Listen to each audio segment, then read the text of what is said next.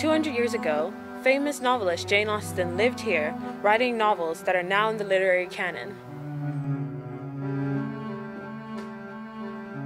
Now, 200 years later, a writer and poet, Maura Dooley, is a new poet in residence, encouraging people to write and celebrate writing with the same environment that inspired Jane Austen all those years ago.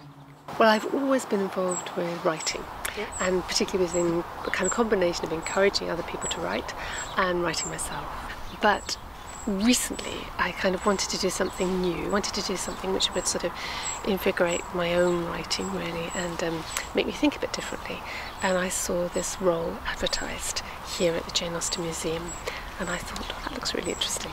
I'm at the stage where I'm sort of exploring a place, getting to know a little bit how the museum works and getting a sense of who comes here, and from that then to develop some workshops, both actually at the museum but also possibly locally at one or two schools and so on. So that would be one part of it. The other part of it is to think about writing, think about this place, think about Jane Austen, and maybe through that write something new myself. She did actually write poetry, occasional poems. She usually wrote them on the birth of a niece or nephew, or if somebody was ill, or an occasional poem for a marriage or to a friend, that kind of thing.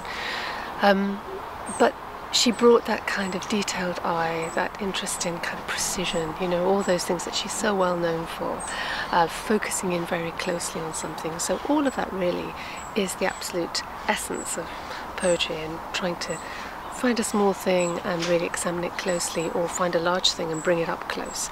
That's what she does so well. We come here and we think about her, and we kind of live and breathe her walking around the place, you know, and you certainly do get that feeling in the house.